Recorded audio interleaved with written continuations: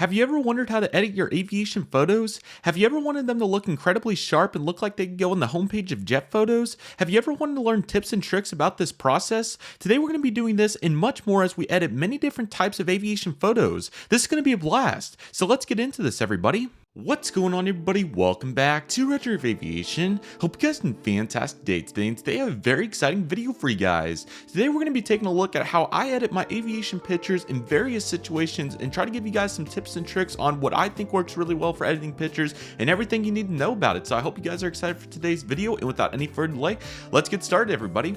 So I'll kind of do some periodic explaining like with what camera settings I use and how I take my pictures. I know I haven't made a video on like how I actually take the pictures, so it's kind of we're diving into the middle sector of it, but I do have some time today, and I was like, I've been editing pictures for quite some time, and I think that, I think they turned out reasonably well, so I thought it'd be cool to, and again, the purpose of this video is more so to just get a broad perspective. It's not that, okay, doing this type of crop is correct, or doing this type of exposure is correct, or doing this much sharpness is correct.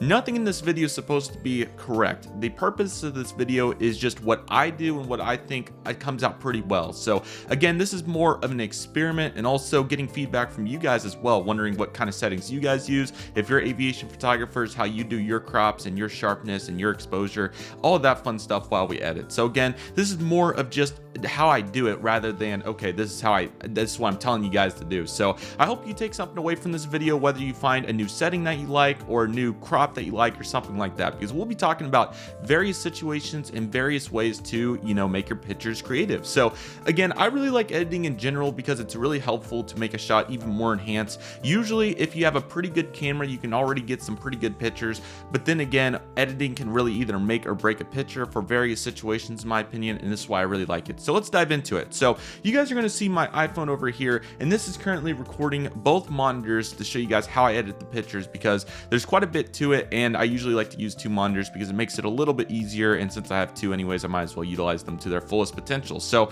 here's kind of the setup that you guys can see here from the iPhone. So as you guys can see, I have both my monitors out here. I have this monitor, which is the one on the corner is usually my second monitor. This is where I look at all the pictures, and then primarily I do all the editing here on the left monitor right in front of me, centralized on the eye, because this is a little bit of a different perspective. So this is where I usually load the pictures up. So as you guys can see, and I will show you guys here on the no, this is the wrong one. I'll show you guys here on the second monitor right here. Here I have the pictures loaded. So the first example we're going to be using today is an American Airlines Airbus A321neo landing at Miami International Airport. So as you guys can see, I currently have Finder pulled up here. This is the easiest way to do it, in my opinion, to scroll through the pictures easily. You could also use Preview, which I did for a long time, but the easiest way to do it, in my opinion, is, as you guys can see, you have your tabs up here. If you go to the galley mode, and then you can sort it by name, and that will pull it up just like this, and then you can make it bigger on your screen, and the picture will get big. So that's a little bit easier than clicking them all, open them in Preview for me, and I think it works pretty well. So I've skipped ahead to the sequence here when I caught this American A321neo. As you guys can see, I have various planes on here. Here's a let's get it to load here. Sorry, it's on the hard drive, so it may take just a second here to pull it up. I think this was the TAP A330neo, but this landed on 12, so it was pretty far out there. Let me see if I can get these to load. Sorry guys, sometimes when the hard drive goes off, it just takes a second to spool up because there's quite a bit going on here, and these files are huge. This one particularly is 26.8 megabytes, which, if you guys don't know, that's a big size. Okay, so yeah, here's your tap.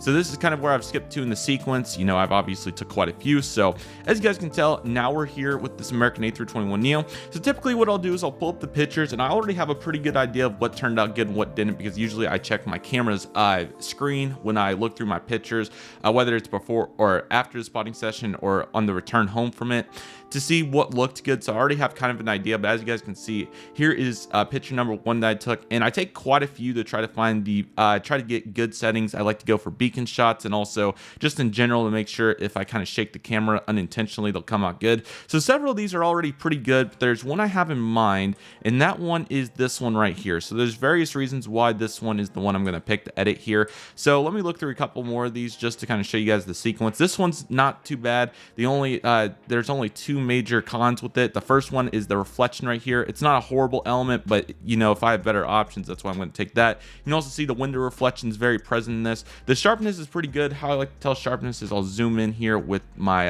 the tab, and as you guys can see, it's not bad. It certainly would work, but I think we have better options. This one's also very good. This one this one I would almost edit, honestly. They're both really good, but I kind of like the angle a little bit better on this one. This one's, well, you know, I might change my mind. I kind of like that one a little bit more. And here's the rest of them. This one's also fantastic because of sharpness is really good and the lighting is literally perfect. It's right next, right where you'd want it on the sun. All these are good, but they're a little far out, although I do really like that tower shot, but that's a story for another time. So looking back at these three, these are the highest three in potential. Like I said, that one, I think just the, you know, the framing of that looks really nice. But then again, this one also looks really good. And then this one's the perfect lighting situation. Since we have a picture later on that I have in mind that I'll edit from this perspective, I'm going to pick one of these two.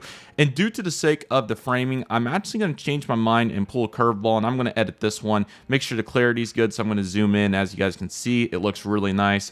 Little fuzzy in there, but again, we're getting really far into the zooming here. This one, again, you can also go all the way in there and see that it's a little fuzzy there, but the big picture element is not. So that's the intention, that's the purpose. So even though we have a little reflection, I am going to pick this one. So what I'm going to do is I'm going to drag this one right here. I'm going to pick it up and I'm going to drop it into the software that I use. So now I'm going to pull you guys into my main monitor right here, and this is the editor that I use. So this is Adobe Photoshop Elements 2022. It works really well for me. I know a bunch of people use normal Photoshop, Pixlr, among many other editing softwares, and all of them work really well. You just got to know how to use it. So this is the page that I have open here on my editor, and every editor, usually if you take your pictures in RAW, which again, this is a subject for another time on taking pictures in RAW and everything. I would recommend it though.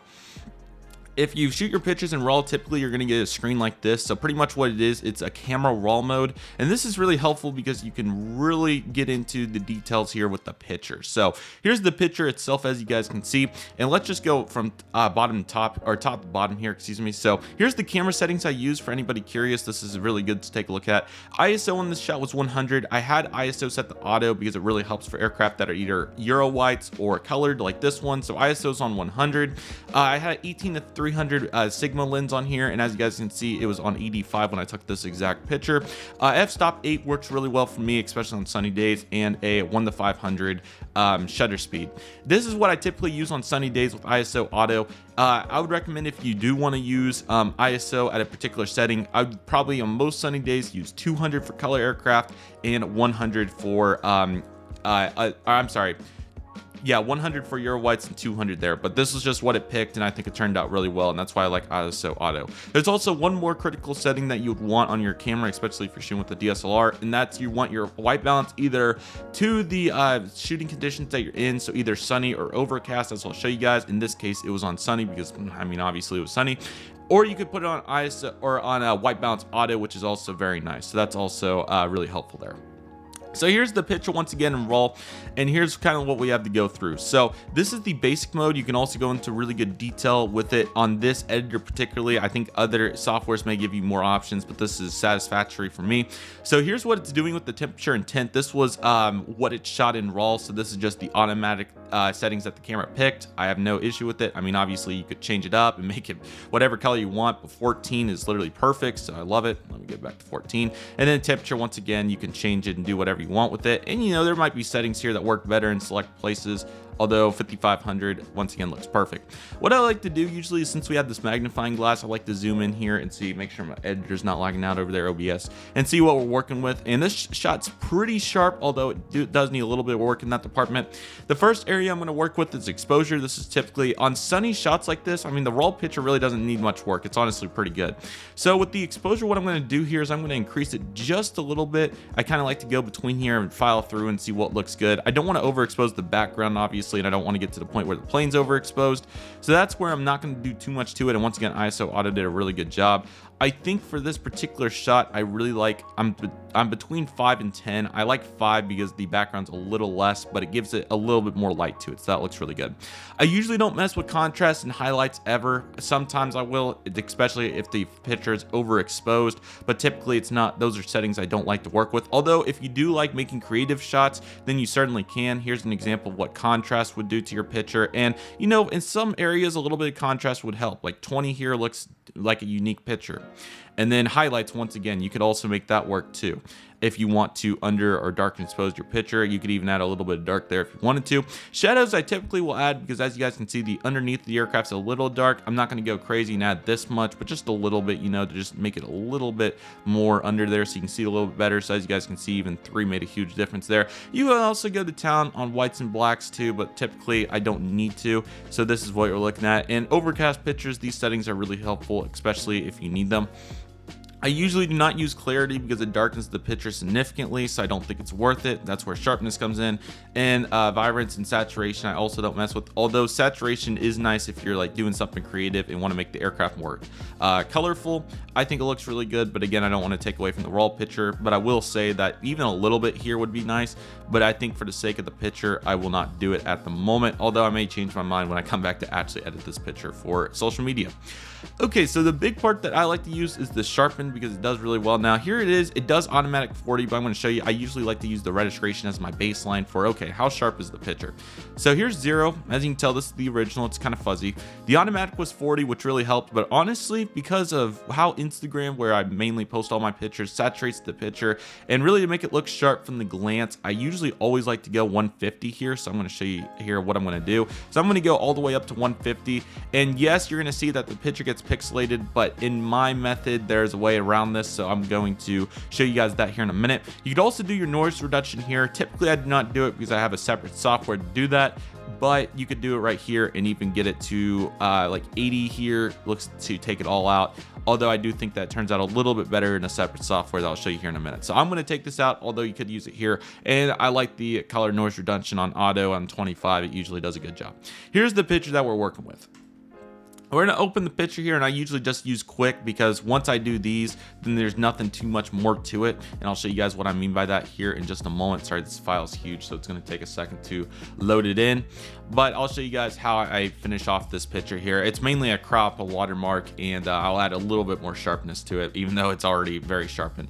Okay, so here's the actual picture itself. Looks really good. You can tell it's pixelated a little bit, but again, like I said, in my editing method, we're going to have a way around this. So the first item of business when it comes to this picture is the crop. So here's how I do my crops.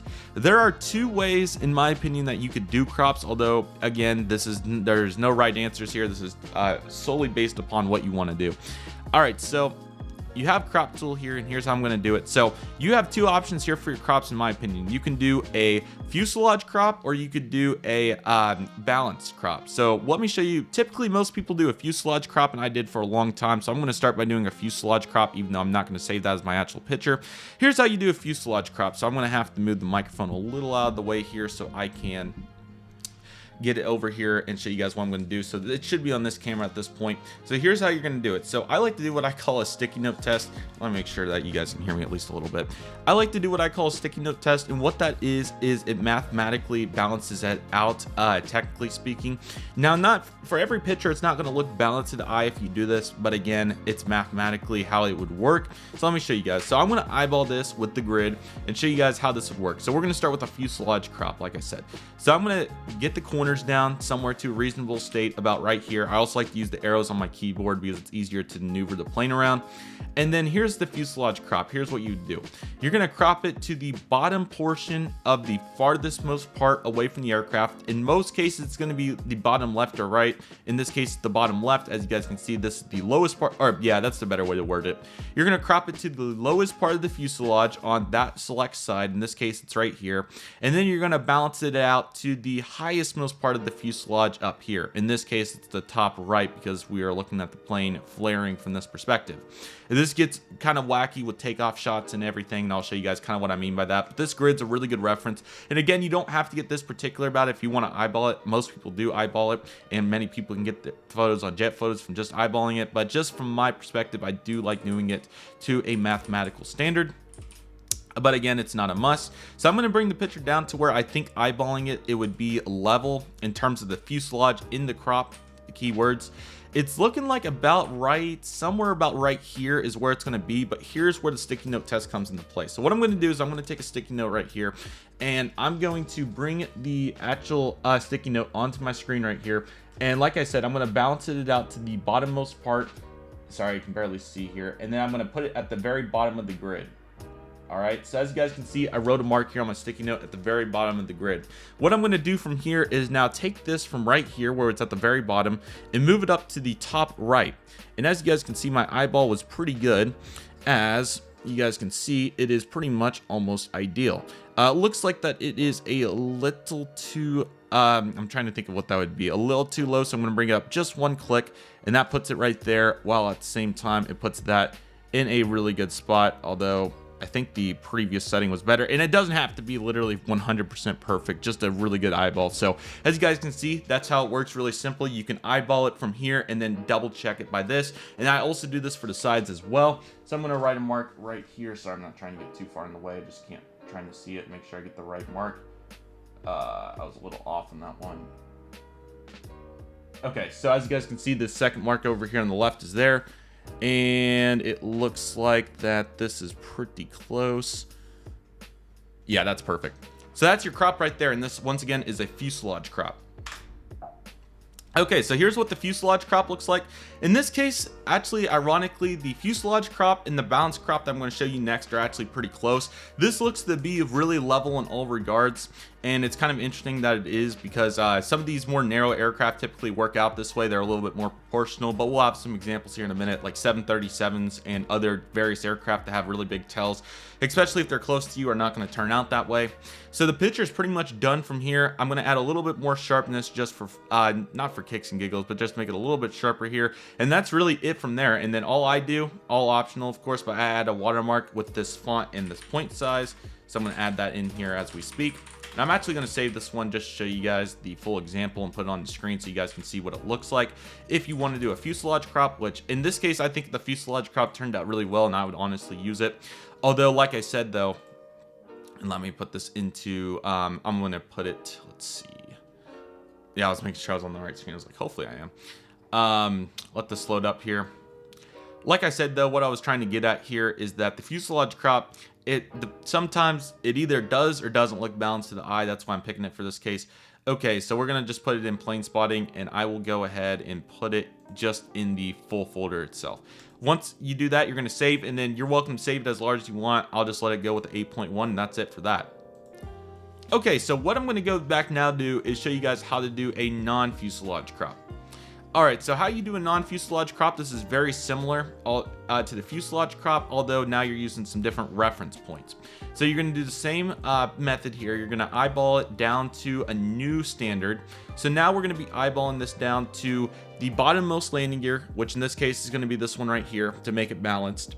And the topmost portion of the tail, in most cases, it sometimes could be the winglet or even the top of the fuselage if you have a really crazy takeoff shot. But pretty much the balanced perspective is the lowermost part, which in almost every case is going to be the lowermost landing gear, and the top, which is typically the tail. So you're going to balance it to the top and bottom, and here's what I mean by that. So as you guys can see, I'm going to bring this crop down about halfway to balance it out halfway on this grid with the tail. That looks pretty good right there. It should be somewhere in there. It might be closer to, I'm thinking it's going to be somewhere around there. And then this part remains the same when it comes to the sides. It's going to be right there. Now I'm going to take my sticky note or paper, whatever you have, and I'm going to go from the bottommost landing gear. So in this case, the bottommost landing gear, or I'm sorry, the bottommost object, which in this case, the bottom landing gear here, and put it right on the edge, and then put it to the crop.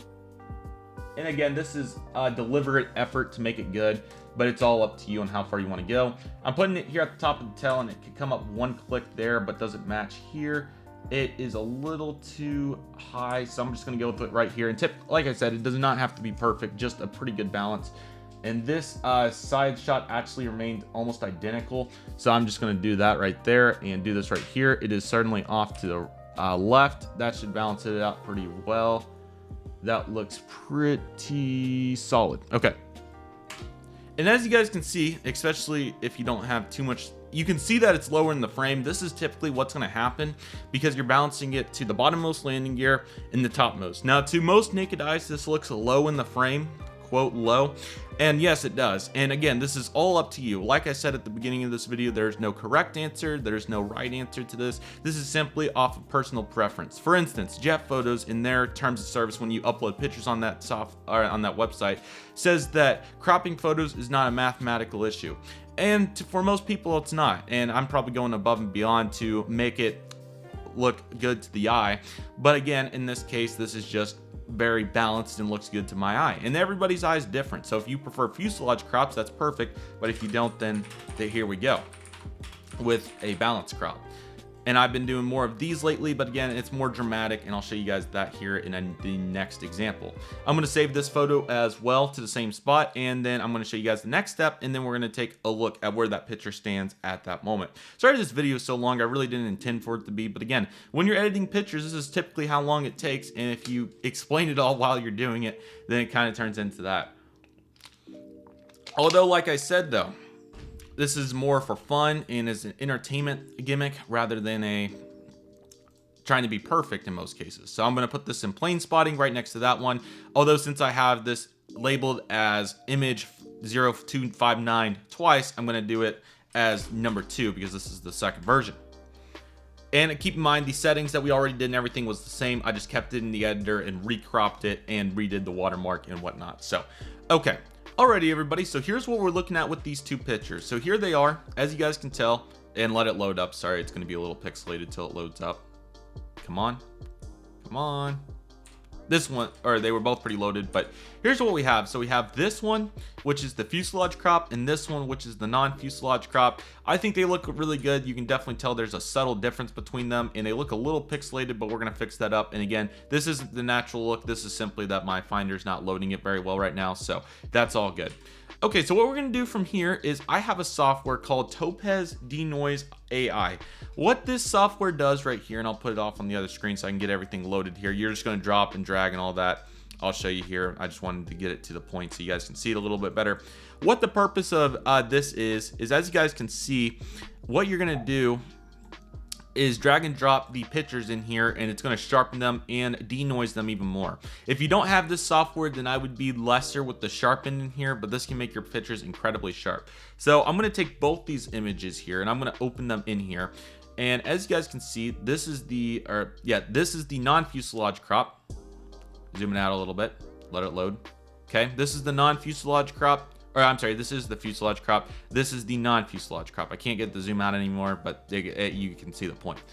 Okay, so there's multiple modes here that I like to use. Keep in mind the software. This Photoshop Elements, I think it's like $60. This software is $85, I believe is what I paid for it. So again, these are top-notch editing softwares, and you can find equivalents too, and I'll show you with the next picture that we're going to use how I would do it if I don't have Topaz, but Topaz works really well. So let me zoom in here on the registration for the same standardization test that we did with the original sharpening. Okay, so it's going to load. Here's what the picture looks like on 100 sharpness, 50 noise. All right. It's a little saturated, you can clearly see that, but if I turn on auto, which is typically what I use, then as you guys can see, it looks pretty good, and it's already very sharpened. Keep that in mind. I mean, super sharpened. I sharpened it more than what I typically would. I've been in JetPhotos mode, so that's why I've done that, because you have to resize images for JP. But as you guys can see from the glance, looks really nice. All right, looks really good. No major issues with it.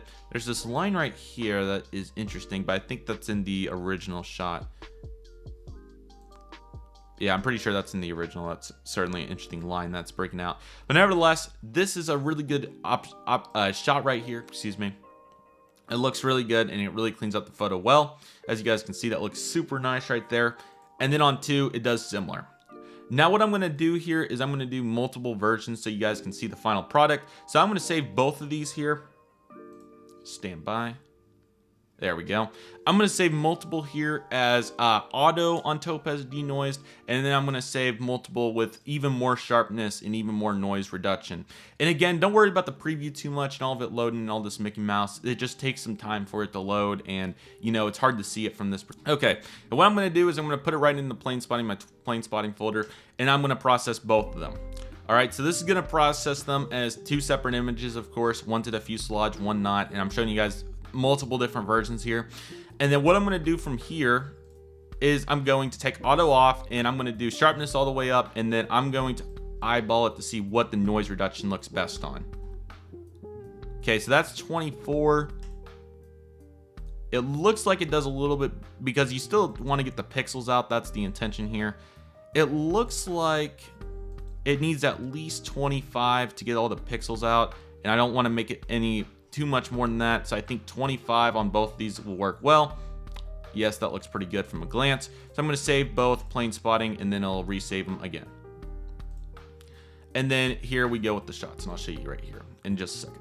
Alrighty everybody, sorry about that. I had a failed attempt when I did it a different way in Finder, so this is going to be the best way to compare these images on the desktop. Okay, so here, this is the very original fuselage crop we did. As you can tell from the glance, it looks fantastic, but once you get into it, as you can see, it's very pixelated and looks a little too enhanced, which is fine because Topaz fixes that right up. Alright, so here's the original once again. And here is the denoised version. So you're probably like, it doesn't look too different from the glance. You're correct, but take a look at this. Yes, the titles are a little bit suppressed, and this was on auto mode to also clarify, so it's a little suppressed in areas, but for the most part, it is significantly better from the pixels. And this is the all the way enhanced version that you could do.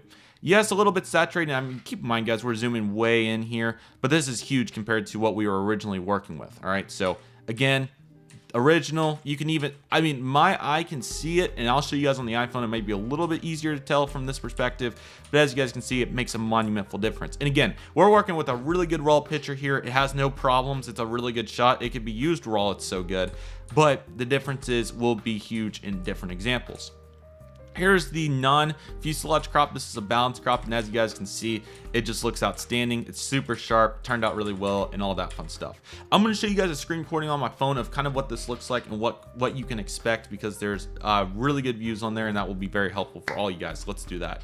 Alrighty everybody, so now we're on my iPhone and I'm kind of showing you guys here what to expect. Again, this is the very original zoom test. As you can see, it's super pixelated there. It still looks really good though, as you guys can see, and especially from the far outside perspective here, this looks really nice. So this turned out really good.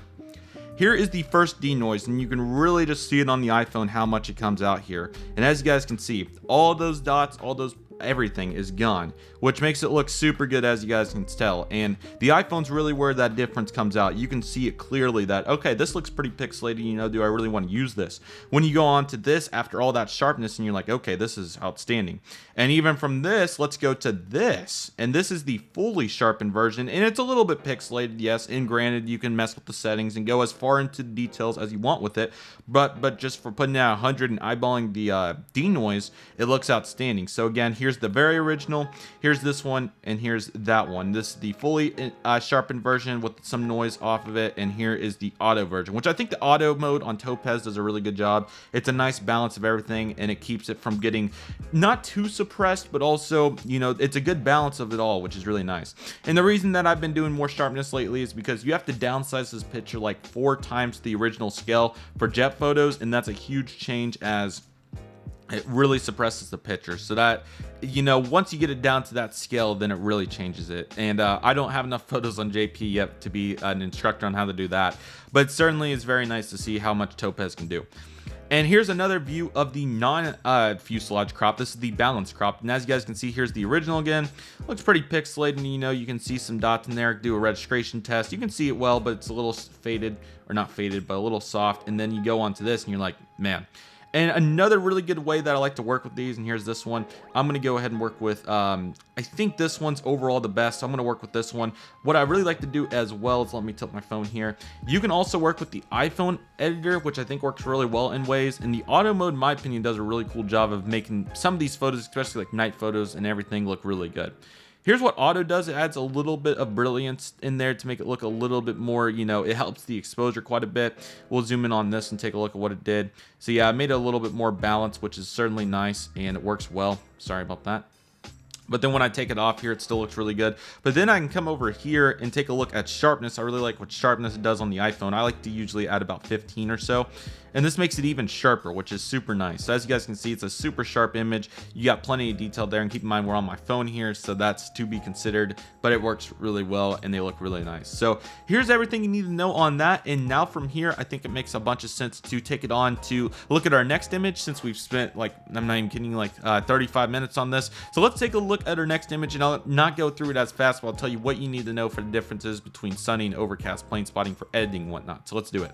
Alrighty everybody, so let's jump into our next picture, and that's not going to be that one. That will be the last one we do. Sorry about that. Let's try this one. Okay, so here we have a Delta Airlines 757-200 taking off at Atlanta Hartsfield-Jackson on an overcast morning, and I'm going to show you guys how I want to work with this. So here's the sequence of pictures. So what I'm going to depict here is I'm going to pick a different frame.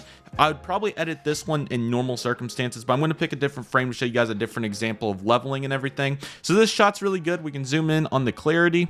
And as you guys can see, it's a very sharp image, really good to work with. A little fuzzy in spots, but keep in mind how far I was away. The raw picture is very good. All right, so let's start looking through these. And sorry, it's going to take a second to load here. Once again, it's a little bit of a big file, so it's going to take a moment. And I haven't looked at it here in like an hour since I've loaded it, or however long it's been. Let's take a look at the next one. Let me know if you guys are enjoying the video so far. Again, there's no correct answer to this. This is simply just an estimate of what you want to do. This one's fuzzy, and I can already tell by the billboard titles. A little fuzzy there. I guess if you had to, you can make it work, but not certain. It's decent. It's all right. This one appears to be decent, but it's underexposed to me. And yeah, that sharpness is actually really good. You could definitely work with that, add some exposure to that. I like the backdrop, so that one's certainly really nice. This one is also pretty good. Yeah, sharpness is really good there, so that's also very acceptable. That one has a pull in it. That one's soft. You can certainly tell by the registration that one is 100% soft. It's very bad. This one is too soft. This one looks to be pretty good. Yeah, that one's very good for the distance. That one was pretty far out, so that worked out really well. And even that one's pretty good. So we have some good options here to work with. I'm really liking this one, although I am actually, now that I think about it a little bit more, I'm pretty impressed by the likes of this one. I know I called it underexposed, which it is, but we could fix that. Yeah, that one's decent, but still a little softer compared to the reference of not that one, but this one. Or is that the wrong one? Yeah, this is it, I think. Yeah, this one's pretty sharp. It's a really good baseline to work with, and it's a nice angle, and this will give us a very interesting crop situation to work with, so we're going to pick this one. So same process. We're going to drag and drop, and I'll move you guys over to the next monitor. We're going to drag and drop, and here's what the picture looks like. Sorry, I did not mean to zoom in. So here's the original picture. As you guys can tell, it's a little underexposed because it's overcast, but we can fix that. So here's the settings. I was on priority mode. If you know what priority mode is on a DSLR, it's pretty much going to pick what it thinks the best settings are off your ISO mode, and it's going to shoot it. So here's what we got right here. I have ISO 250. Again, it was on ISO auto, so it picked that for itself. And then I had the 150 to 600 on for this shot at focal length of 283. So theoretically speaking, my other lens could have took this, but the detail of the bigger lens usually comes out much better. And the settings that I picked were actually fairly comparable to what my manual settings would have been anyways. It's an f-stop of 5.6, so pretty much a lower f-stop will bring more light into the picture. So that's what it was doing here since it was overcast, in a 1:400 shutter speed. We're going to zoom in on this picture. You can tell it's certainly softer than the previous one, but certainly not bad at all. This is certainly workable. So this is where you're going to add more exposure, because obviously, I think we will probably all agree that it's a very dark image. All right, so let's bring some exposure into this, and you can certainly see you can go pretty far here if you really want to. And I'm trying to decide where my ideal, because I'm going to add some shadows here as well. So this looks overexposed, obviously. I'm going to bring it back down. That's actually, you know, in a pretty reasonable spot. I don't want to overexpose the backdrop, but I also don't want to underexpose the whole picture. So let's see, too much, a little too much. Yeah, right about, I think 70 is where I want to put it on this one. So plus 0.7, this will make the image nice and bright, and as you can see, we can see a little bit more here with the picture. Shadows I'm also going to add because, you know, it's a dark image, so it needs some help with shadows, and I think somewhere in the ballpark to make it pretty equivalent. I think 9's a good number here. You can get some more tail detail there, so that looks good. But again, you can make it about as much as you want. You could even go up to the likes of, you know, even 15 probably, but I think 9's a good compromise here. You get more detail on the engine and everything. And then sharpness, this is going to be a big example, and keep in mind I am going to show you guys how to do this if you don't want to use Topaz and just have this many to work it with in your desired editor. I think Pixlr has this as well. That's a free editor I've heard really good remarks about. So let's go here to the registration, and I'm going to start by sharpening it. It's on 40 already. Sorry, I'm trying to get that a little bit more centered. That looks pretty good. It's already on 40, so here's the original too soft, and then You could go to 150 and then do it from here, but it kind of takes a bunch of softness and it makes the picture almost look not fake, but you know, a little bit much if you do that. So I'm gonna go to 50 right. I'm gonna bring this up to like probably, I like the softness on 50, but I also want to make it pretty sharp if I can. And again, if you don't have topaz, then this is kind of what you have to work with. But topaz, I mean, it's really worth the investment. I would recommend it. I'm gonna go for about, again, I don't want to make the image look bad, but I also want to make it plenty sharp. I think 170 here is a pretty good compromise. Let's see. Yeah, I'm seeing where it's, or maybe it takes a second to load. Yeah. I think 180 looks pretty good here, as you can see. It makes the image look nice and clean. It's still a little bit less sharp than what you desire, but it's still pretty good. Let's open this up. This honestly came out really good. I'm impressed. Now, you could add sharpness here, but keep in mind if you don't have a denoiser, then you can't do much with it. It's just going to get more pixelated, and I'll show you guys what an example of that looks like. Already, we're way zoomed in, by the way, so keep that in mind. But as you can see, you get more polka dots, and it goes, or I shouldn't call them polka dots, but you get more dots and just goes kind of crazy. So I'm not going to do any of that. I'm not going to make, usually sometimes I like to touch it up, adding a little bit more here. If I have second thoughts in the image, like, oh, it's a little dark, and then I'll add some more. In fact, I'm actually going to do that because I'm not having second thoughts. I just, you know, compare it to, we can add a little bit more here. So that's what I'm going to do. And I think 0.1 or 2, I'm gonna go for the sake of making the picture look a little, or I'll add some more shadows is what I'll do here to kind of balance it out. And you can use a proportion scale. There's many ways to get to the same objective, so keep that in mind. In fact, actually, sometimes shadows you have to add quite a bit for it to really get going, so I'm actually gonna pass on that. You know, it looks like, I can't tell, but I think we might have a dust spot in the top left. It's gonna get cropped out, but certainly note, keep in mind dust spots and everything. There's multiple ways to look at dust spots. One way that really works well, no, I can't tell if that's my monitor or if that's a really big spot. One way to tell is you could put it on JP and not upload it. They have a dust scanner. I'm sure there's also a way to do it in here. Let me make sure my phone's recording. It is cool.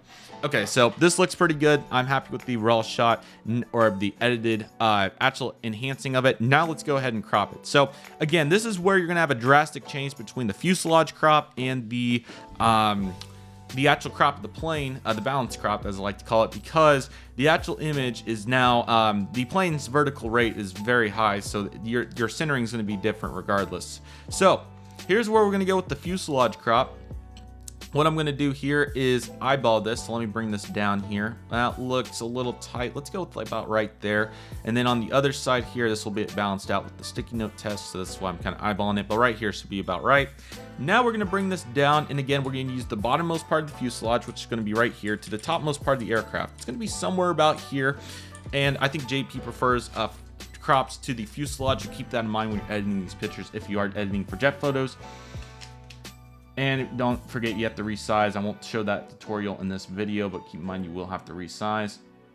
And then there's the mark right there for the bottom. In the top, it is a little too low. Bring it up just one. That should be perfect. And I'm kind of just eyeballing it off the dot now. It's a little too far down, but then again, here it's also a little off too, so that's perfect. We're going to use the tail. These are very even in this particular instance. Actually, I'm going to use the horizontal stabilizer. You could use both. And again, it's just an eyeball. So whichever one looks better to you, use it by all means. And we're a little off here to the left. So let's go ahead and balance that. That looks better. And that still needs one more.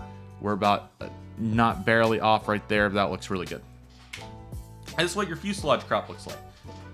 Pretty good. Another note here is sometimes these angles look really weird on the plane, so sometimes I'm going to go ahead and do it with this picture. You're going to want to crop it down a little bit more. And the other way to tell here as well is you can do the same test once you have it cropped and then realize, okay, this is where I need to move in. This is a really good example. Hopefully I'm not blocking the camera too bad. I'm sorry if I am. But you're going to go right here, make your mark. Actually, that's a little bit too far off. There we go. It's that mark right there, the farthest right. And actually, it looks like I overcropped it, technically speaking, but to my eye, it almost looks as if the plane is too far to the left. So what I'm going to do is I'm going to bring this crop back, and I'm going to take just a little bit, I mean all the slightest off here. You can see this little gap right here. I'm going to take that off, and then I'm going to pull it in right here. Hopefully that's zoomed in enough for you guys to see it on the screen. I should have thought about that a little bit more. But nevertheless, then we're going to bring it in right here. and now the plane looks a little more balanced to me. That looks much better. So this looks really good. You can go as far as you want in this process, but in the sake of this picture, I'm going to do this. Add the watermark. And this, once again, is the fuselage crop. And I think the fuselage crop here looks really good. To my naked eye, the plane looks in a really good spot. I don't think, I'm going to be eager to see how much the plane changes because of the balance crop. I think it's going to be a little bit lower in the frame, but we will have to see. And then once we do that, we're going to go in here and put it in plane spotting. And then we have 281 right here, 2871, excuse me. And then there's that. Now what I'm going to do is come back off and I'm going to redo the crop to the standard of the balance crop perspective. So what we're going to do, hopefully this has been loud enough, I'll enhance in the editing if I need to. Now what we're going to do is do the same that we did on the A321neo. The only major difference now is that we're going to be using the highest and the lowest reference point. The lowest reference point is pretty darn similar. In fact, it is the lowest reference point, and that is the bottom of the tail right here. So we're actually going to use the same point, and then the top, it looks to be the fuselage. So actually in this case, the fuselage crop and the balance crop are the same, which rarely happens. It does happen sometimes, but it's pretty rare. You could use even this far down here as the point, but this is going to be a very similar crop, so it's not worth doing it twice. You could use the landing gear and go kind of to town with it, but it's a similar crop. So sometimes it works out, and planes that are proportional like the 757 at this vertical speed is where that will happen. So let's take a look at the actual image itself now that we can.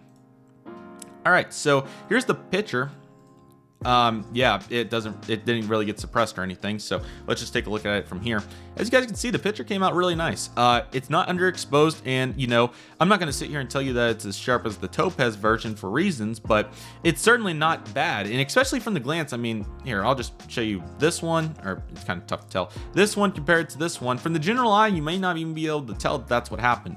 And to the naked eye, you may want the plane a little bit higher in the frame. That's perfectly fine. I'm simply going off the mathematical terms of what would happen. So this shot turned out really well. I'm very pleased with it. And yeah, if you're not going to use the denoiser, this is the way of how to do it.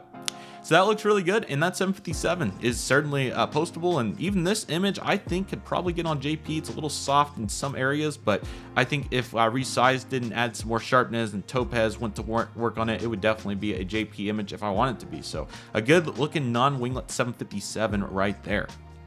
All right, so the last image that I have for you guys, and I kind of gave you guys a little bit of a preview of it earlier, is going to be what I caught actually last night at the time of this recording and this video today. And that is this Breeze Airways Embraer 190 at the Stillwater Regional Airport. Long exposing is a whole nother topic that would make for a really fun video, so if you guys would like to see how I take images like this, please let me know. Long story short, a long exposure is a multi-second shutter on your camera when it takes multiple seconds to take the picture, and it captures all this light in for the image. So as you guys can see, I took several last night. Here's the first one I did. The leveling's off. That was the main reason I took so many, is I was trying to get pretty good leveling. The leveling's off to the left here, but it still looks pretty good. And that was, for the first one, that was not bad.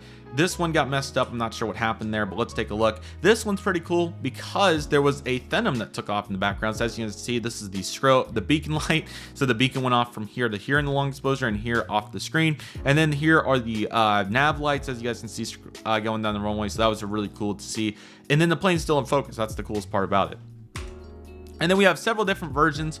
It was overcast last night, so as a result of that, you're going to find that the lights up here are kind of present from the city, which is fine. Also the airport lights too, but we can edit that out and work with that. So here's some different angles here, and I went for various different light situations. This is the first angle that I did, and all of these came out perfect, so I can certainly edit any of these I really would like to. Then I moved down to this angle. Despite the reflection, I think that these turned out really good, and there's one particular one that I already edited that I'm going to re-edit to show you guys, and it must have been this very last one, because the leveling is really good right here. Or actually, it wasn't the very last one I took, but the leveling is perfect right there. So here's this aircraft. It's a Breeze Airways Embraer 190 once again. So what I'm going to do is reopen Photoshop, and I'm going to move you guys over here. Oh, sorry guys. I'm going to move you guys over here. You've already seen how I drag and drop it. And I already did edit this picture. So here's the settings that I went with to clarify. We had my 18x300 on here at 35. So this was not very far zoomed in at ISO 400. And then the settings I used, I did a 40-second shutter with my remote. So I clicked it and it went for 40 seconds, which the light worked really well on f22. You can use any f-stop you really want. You just need to balance it out with the seconds. Usually a 1 to somewhere between 1.5 and 2 ratio works really well. What I mean by that is if you have your f-stop at, for instance, 8, somewhere between the likes of 12 to 16 seconds usually works really well. And this all depends on your lighting situation, what the aircraft's surrounded by, what the background is. There are so many different factors that go into this. And again, I have several examples of this, but that's still what it is. You guys can see the backdrop's just a couple of runway lights, and the front has some lights on it. So that's where this ratio works really well. Although, like I said, it could be completely different. If you had your f-stop at 8, you may need 20 seconds to get good lighting. So that's like a 3-to-1 ratio. Or if you have not enough light, you may need f-stop 22 if you want to get all the detail in on the image. But you also may need to end up doing a shutter of only like 20. It just depends on the situation. Tulsa International Airport was a great example. I got a long exposure of Air Calgate Alpha 9. The ratio wasn't even close. I think the ratio is more of like a 1-to-1. So I had like f-stop 22 and I only need 20 seconds because of all the lights on the plane. So there's every situation where it's different, so keep that in mind. But yes, there's ways to do long exposures and they're all different. But in this case, like as you guys can see right here, what I was getting to with the f-stop, by the way, is that typically the more detail comes out in these higher f-stop settings because less light's getting into the camera, right?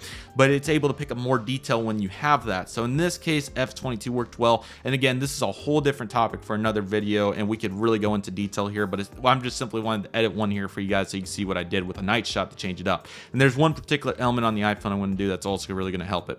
All right, so as you guys can see, the temperature and tint from the raw picture was picked there. I did 0.5 because, I mean, you could even go farther than that, but I didn't want it to get too bright on the bottom of the fuselage. That was my main concern here. And the original was a little dark, so I'm actually going to change my mind here. Kind of when you look at pictures a second time, you change your mind. I'm going to go with about 25. I think that looks pretty solid right there. You could add some contrast, highlights, all that fun stuff. Shadows, you can go as far as you want. As you can see on shadows, once before you get to like 50, the main part is changing here is the tail. So as you guys can see, it's changing the tail, and that really helps because it's a dark navy. I'm going to go with about 25. Brings up the tail good and it makes the plane look really balanced. And then sharpness, I did go 150 because I'm going to do this through Topaz, so I'll do that same version there and show you guys on the iPhone again the difference. No noise reduction, and that's the image right there. This is going to be a pretty simple crop. I've already done several crops and you guys can see the difference, so I'll just go ahead and do a balanced crop for this one just to keep it pretty standard. And again, it's going to be, I already edited the picture, so I won't go too far into detail on it. And since you guys have already seen it, and this video is going to be an hour long at this point, so I'm not going to go too much farther into it, although it was something along the lines of balancing the landing gear right here. And as you guys can see, it's going to be somewhere around here, and then I'd push the button and all that. But again, I'm not going to go too far into detail because this picture is already edited. We're going to hop on the iPhone. I'm going to show you guys one more tip and trick, and then that's going to do it. So let's take a look at that, and we'll do it from there, guys. Alrighty, everybody, so here's what we're working with. I thought I'd bring on the Delta 757 so you guys can see what it looks like on the iPhone. Raw looks really good, and then you can zoom in and you can see, yeah, it's not quite to the point what Topaz was. So what we're going to do here to give it a little bit more enhancing is I'm going to put it into sharpen.